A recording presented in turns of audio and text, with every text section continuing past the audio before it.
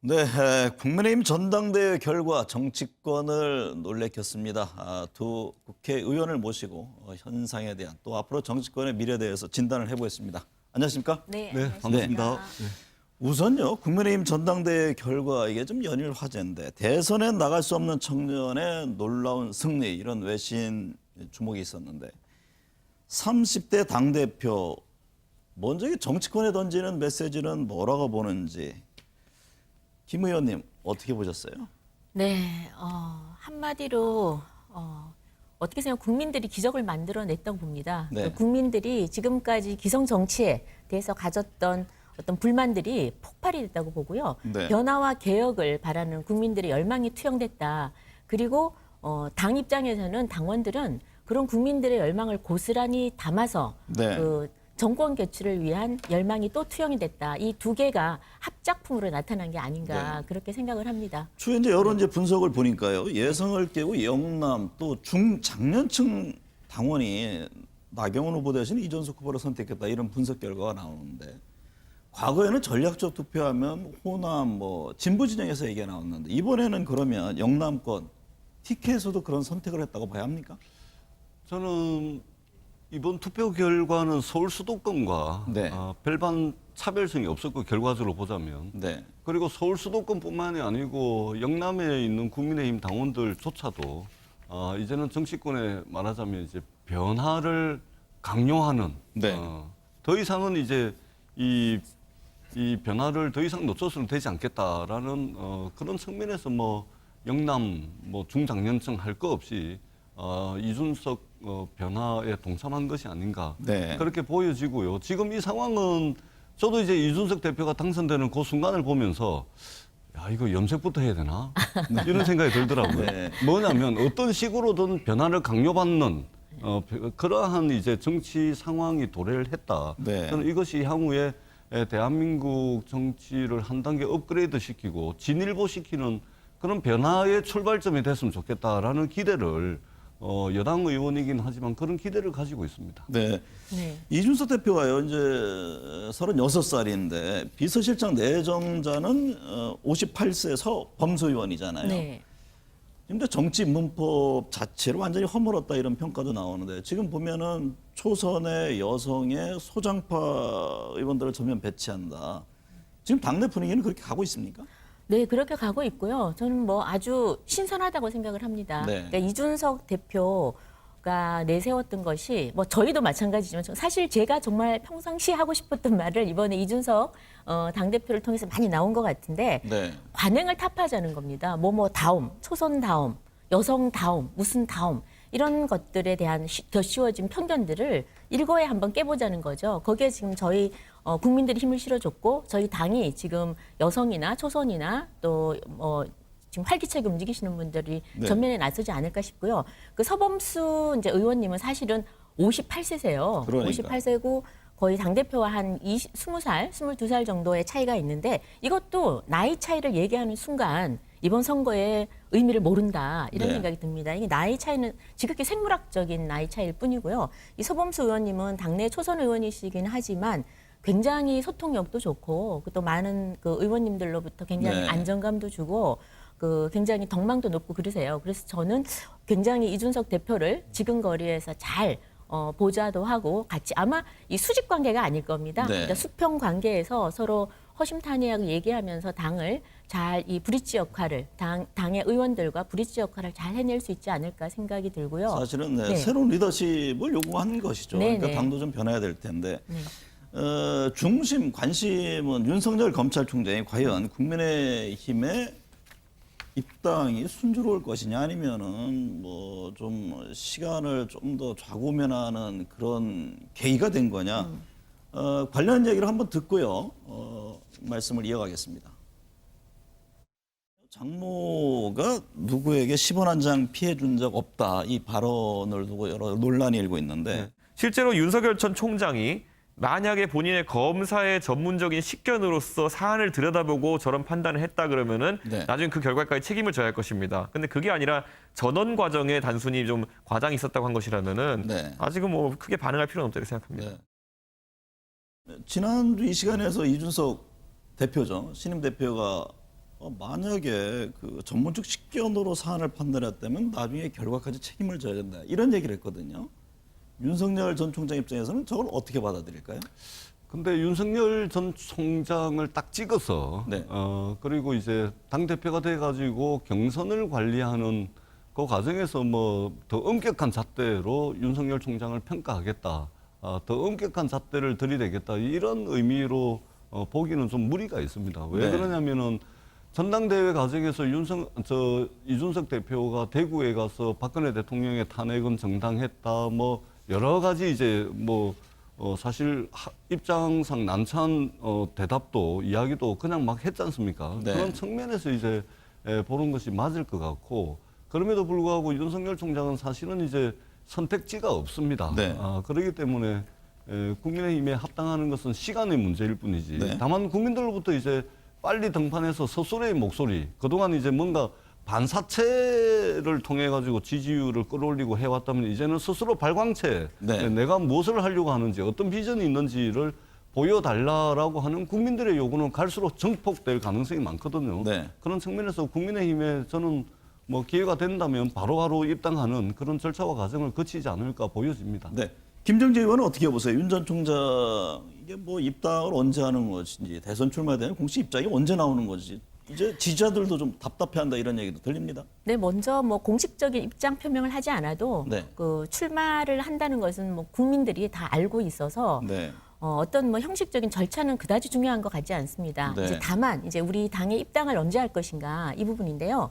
이 부분은 저는 버스가 떠나기 전에 버스 출발할 때 네. 미리 맞춰서 정류장에 나와 있지 않을까 싶습니다. 그게 언제입니까? 저는 8월 얘기도 조만간 나오고. 적어도 8월 중순부터 8월 이제 넘는 건 아닌가요? 경선이 시작이 되니까요. 네. 그러니까 경선 시작 전에 들어와야 되겠죠. 그리고 또 이번에 그 들어올 수 있는 판을 소위 그 이준석 대표가 열어줬습니다. 네. 그러니까 이전에는 뭐 경선 과정에서는 사실 이런저런 말이 워낙 경선이 치열하기 때문에 나올 수밖에 없지만 이제 경선 이후에 당 바깥에서 문재인 정부와 힘겹게 싸우신 분들한테 들어오시면 자기가 길도 안내하고 정보도 주고 대선을 잘 관리하겠다는 말을 네. 해서 이렇게 활짝 문을 열어둔 것 같습니다. 네. 이제 곧 결심을 하고 들어오시리라고 제가- 저희는 생각을 하고 있습니다. 네. 뭐 저도 뭐 김정재 의원님하고 뭐 이견은 없습니다만 한 말씀만 좀 덧붙이자면, 지금 윤석열 전 총장께서 이제 보이고 있는 여러 가지 정치 행보라든지 또는 언론에 보도되고 있는 내용이 어떻게 해서 이제 언론에 보도되는 과정을 거치고 있는지, 또 메시지라든지 또 이게 얼굴 표정이라든지 이런 것들을 보면은 상당히 올드합니다. 네. 올드한 측면들이 있고, 그래서 국민들께서 윤석열 총장이 많은 지지를 받는 것은 국민들로부터 이제 새 정치에 대한 어떤 기대감 이런 것도 분명히 있을 거거든요.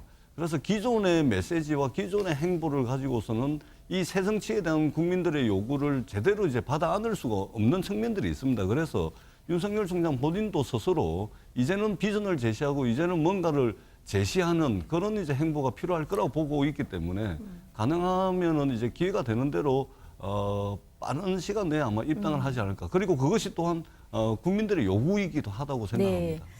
네. 네. 그 방금 말씀하셨다시피 이제 뭐 표정이 올드하다, 뭐 다른 외적인 것들이 어떠하다, 이것도 저는 굉장히 편견인 것 같아요. 이게 지금 국민들이 중요시 여기는 거는 이준석이 아닌 이준석 현상에 주목을 했고요. 안철수가 아닌 안철수 현상에 주목을 했고, 또 윤석열 현상에 주목을 하고 있습니다. 우리 시대가 요구하는 거죠. 바로 문재인 정부가 해주지 못했던 것, 공정과 정의입니다. 그러니까 공정과 정의를 사안별로 계속해서 공정과 정의를 위해서 부닥쳐서 용기 있게 말을 했고 또 행동을 하려 했기 때문에 지금 윤석열에 대한 지지가 저는 있다고 봅니다. 네. 뭐 단순히 검사 한 사람, 검찰총장 한 사람이면 굳이 국민들이 그렇게 압도적 지지를 해줄 필요가 없겠죠. 네. 그래서 단박에 지난 수년 동안 대통령 준비를 해오신 이재명 지사와 단박에 그 장을 겨루게 되기까지는 국민들의 열망을 표출했다. 그래서 여기는 뭐 어떤 뭐 걸음걸이 표정 이것보다 생각이 중요하다고 보고요. 그다음 구체적인 정책이나 이런 것들은 이제 당에 들어오시거나 네. 공식적으로 출마선을 한 이후에 가야 될 행보가 아닌가 싶습니다. 죄송합니다만 제가 이 네. 시간 한 말씀만 더 드리자면, 바로 김정재 의원님 말씀하신 바로 그 부분입니다. 바로 윤석열의 공정과 정의가 무엇이냐. 이것을 보여달라는 것이죠. 그래서 기존에 보여왔던 발언들을 보면은 장모님은 평생을 비즈니스를 한 사람이다, 사업을 한 사람이다 그랬는데 아니 무슨 사업을 했는지를 말씀을 하셔야죠. 제조업을 했습니까? 첨단 IT 산업을 했습니까? 무슨 사업을 했는지, 그리고 10원 한 장 남에게 피해를 준 적이 없다라고 하는데 과연 이것이 국민들께 말씀드릴 수 있는 윤석열의 공정과 정의의 가치에 부합하는 메시지인지, 이런 측면에서 이제 국민들 보시기에 좀 올드한 측면이 있다. 이제 이런 이제 말씀을 드리는 겁니다. 그래서 윤석열의 네. 공정과 정의가 과연 무엇인지 이것을 국민들께 이제 보여달라는 것이죠. 지금 윤 전 이때까지 총장이 네, 그 부분에 대해서는 네. 저도 좀 드릴 말씀이 있는데 네. 그 요즘 젊은 친구들이 하는 말 중에 억가라고 하더라고요. 억지로 간다. 네. 저는 묵가라 그러는데 무턱대고 깐다 이런 말을 네. 좀 드리고 싶은데요. 그러니까 여태까지 국민들이 그럼 이때까지 국민들이 보여준 그런 지지가 뭐 허황된 거냐, 아무것도 없는데 실체도 없는데 지지했느냐, 저는 그렇게 보지는 않습니다. 윤석열 전 총장이 그 검사 시절에 재직하면서 검찰총장으로 있으면서 국회의원들의 그 고압적인 분위기 속에서도 자기 할 말을 하고 소위 조직에 충성하지 않고 국민의 그 법치 그리고 국민들의 그 정의로운 사회를 위해서 일을 한다는 그런 그 과감한 생각들, 행동들을 보여줬어요. 요즘 이런 것 같습니다. 그런데 뭐 10원짜리 때문에 이거 가지고 막 계속 억지로 네네. 까고 싶어 하시는데 김 요즘은 이거는 이런 것 같아요. 어쨌든 대선에 나가려면은 네. 빨리 링에 들어와서 어떤 비전이라든가 국민들에게 그럼요. 어떤 자신의 어떤 철학이라든가 이걸 보여주고 검증의 공간에 와야 되지 않느냐. 그렇죠. 이제 이 점을 네. 지적한 것 같은데. 그 근데 어쨌든 이번에 그 젊은 당대표 당선은요. 여당도 상당히 영향이 있잖아요. 지금 전체 구도도 그렇고. 그래서 대선 기획단에서 뭔가 뭐 젊은이들에게 어필하는 이런 얘기들도 나오는데 여당 전체적인 어떤 변화와 대선 구도 이건 어떻게 변화가 예상됩니까? 그렇습니다. 변화를 강요받고 있는 상황이라는 것이 더 정확한 표현이겠죠. 네. 아까도 제가 이제 모두의 말씀을 드렸듯이 이준석 당대표가 당선되는 그 화면을 보면서 염색부터 해야 되나?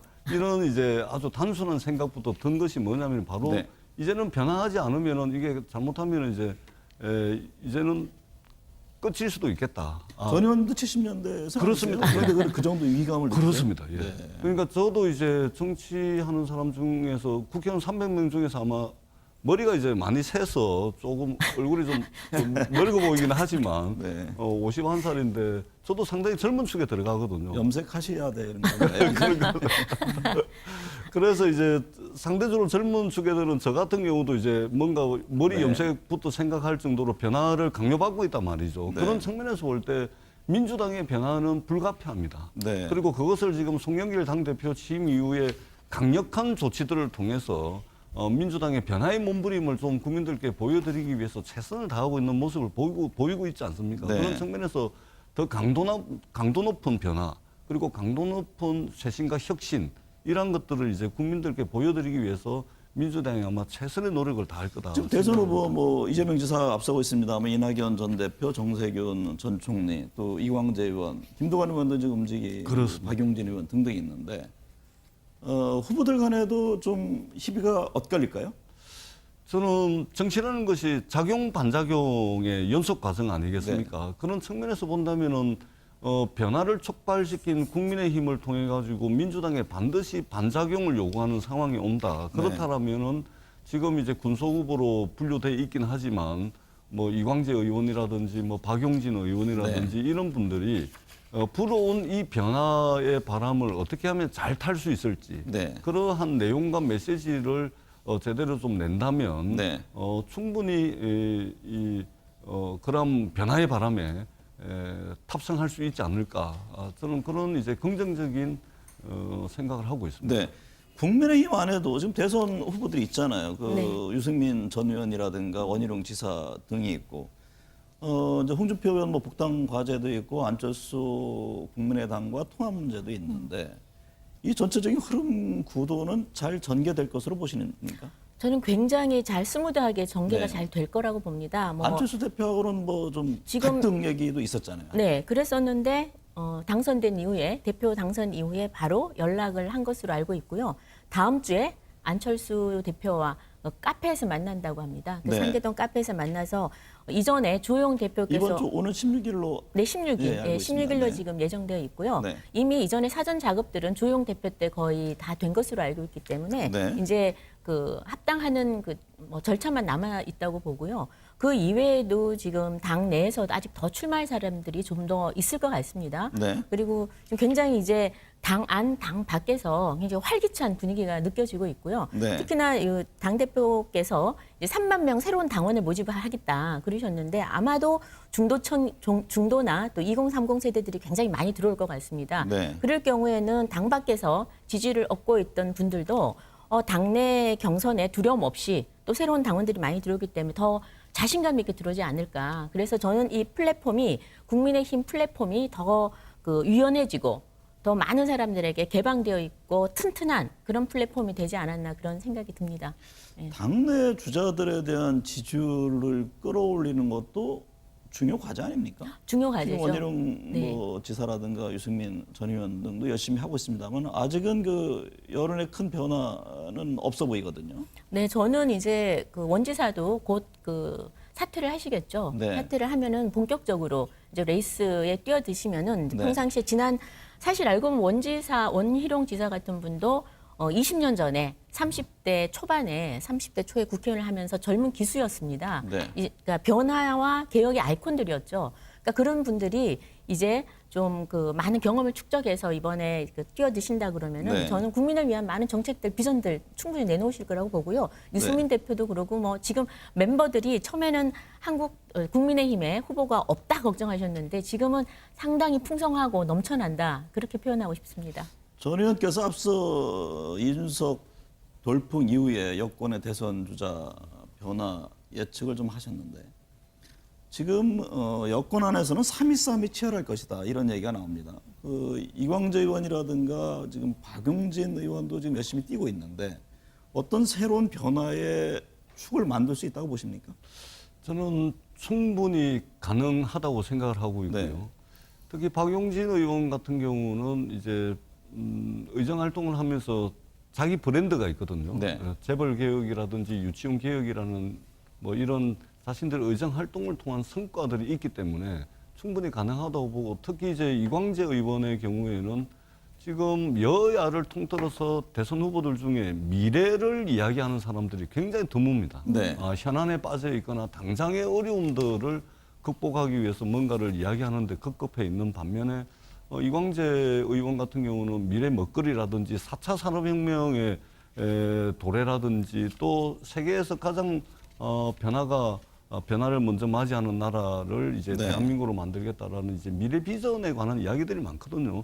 이것이 국민의힘에서 촉발된 변화의 바람을 타고 국민들에게 좀 제대로 좀 전달이 된다면 네. 충분히 대권 경선 후보 이 판을 한 번쯤 이제 재편할 가능성도 있지 않을까 네. 조심스럽게 네. 생각을 해봅니다. 지금 윤석열 전 검찰총장에 대한 이 공수처 수사를 두고 정치권 논란이 한창인데요. 우선 김정재 의원께서는 이 사안을 어떻게 보고 계세요? 지금 현재 윤석열 죽이기로 저희는 보고 있는데 네. 사실 이 사건은 이미 법무부에서도 검사징계위원회에서 충분히 검토하고 조사하고 수사해서 무혐의로 난 것입니다. 네. 그런데 이렇게 공수처로 이렇게 다시 그 사세연인가요? 거기서 고발을 해서 지금 다시 수사 착수를 한다 그러는데 이거는 대선 전에 지금 대선 유권 유력한 주자에 대해서 지금 정치적으로 공격을 하는 게 아닌가 싶습니다. 네. 그런데 역설적으로 이런 식으로 공격할수록 정치권에서는 그렇습니다. 공격하면 할수록 건드리면 건드릴수록 더 커지는 네. 더 알려지는 그런 경향이 없지 않아 있는데 저는 이번 이 공수처에서 이렇게 수사를 착수를 하는 순간 그때부터 윤석열 그 후보가 된다면은요 윤석열 전 총장은 더 국민적 관심을 받을 거다 그렇게 생각을 하고요. 네. 또 윤석열 그 전 총장을 지지하는 많은 국민들이 있습니다. 이 국민들이 결코 좌시하지 않을 거라는 생각이 듭니다. 네. 지금 이제 정치권은 방금 말씀하셨듯이 윤석열 죽이기냐 이제 정책 탄압이라고 보는 시각이 있고 또 한편에서는 당연히 의혹이 있으면 누구라도 제대로 된 검증 또 조사를 받아야 되는 것 아니냐 이런 의견이 있는데 지금 민주당 입장은 어떤가요? 그렇습니다. 저희들이 볼 때는 저는 사실은 이제 공수처에 좀 묻고 싶습니다. 네. 왜 수사를 지금 이 시점에 수사를 하느냐. 그리고 수사 내용도 그렇습니다. 예를 들면 물론 공수처의 이 수사 대상은 아니긴 하지만 국민들께서 관심을 많이 가지고 있는 장모라든지 그 부인에 대한 수사라면 차라리 이해가 가겠습니다. 네. 그런데 이미 검찰에서 일부 무혐의가 나온 건부터 시작을 해가지고 지금 직권남용이라는 국민들께서 이해하기에 상당히 난해한 직권남용의 죄에 대해서 수사를 하겠다고 하는 것인데 저는 공수처에 정말 묻고 싶습니다. 그리고 네. 공수처의 1호 수사를 기소 권한도 없는 서울시 교육감을 대상으로 한 거 아닙니까? 저는 네. 공수처가 어떻게 국민들의 열망을 받아서 역사적인 성과물로 공수처가 출범을 어떻게 했는지를 좀 한 번쯤 성찰을 해볼 필요가 있지 않을까. 예를 들면 예, 지금 당내에서는 오히려 윤 전 총장의 날개를 달아주는 그런 상황도 우려하고 있다. 그렇습니다. 그런 예, 사실은 이제 그런가요? 그런 측면이 있습니다. 네. 왜냐하면 이것이 지금 이 직권남용이라든지 이런 것들이 이게 사실은 이제 밝혀내기가 굉장히 어려운 네. 이제 범죄이기도 하고 그렇기 때문에 저는 공수처가 조금 좀 이 국민들의 기대와 조금 달리 좀 가고 있지 않는가라는 이제 우려를 하고 있고요. 다만 통상적으로 우리가 고소고발 또는 진정이 접수가 되면 입건을 하고 이런 과정들을 거칩니다. 그래서 이제 윤석열 총장에 대한 본격 수사는 시작이 됐다고 보기는 좀 어렵고요. 네. 여기에 뭐 압수수색이라든지 강제 수사에 착수를 하게 되면 그것이 이제 본격적으로 윤석열에 대한 수사가 진행됐다고 봐야 되기 때문에 네. 아직까지는 뭐 입건된 것으로만 윤석열에 대한 수사가 진행된 것으로 보기는 무리입니다. 다만 네. 공수처가 정말로 어떻게 해서 이제 출범을 하게 됐는지를 조금 좀 한 번쯤은 반성적 성찰이 좀 필요한 시점이 아닌가 저는 그런 아쉬움을 가지고 있습니다. 네. 오늘 두 분 말씀 여기까지 듣겠습니다. 감사합니다. 고맙습니다. 네, 감사합니다.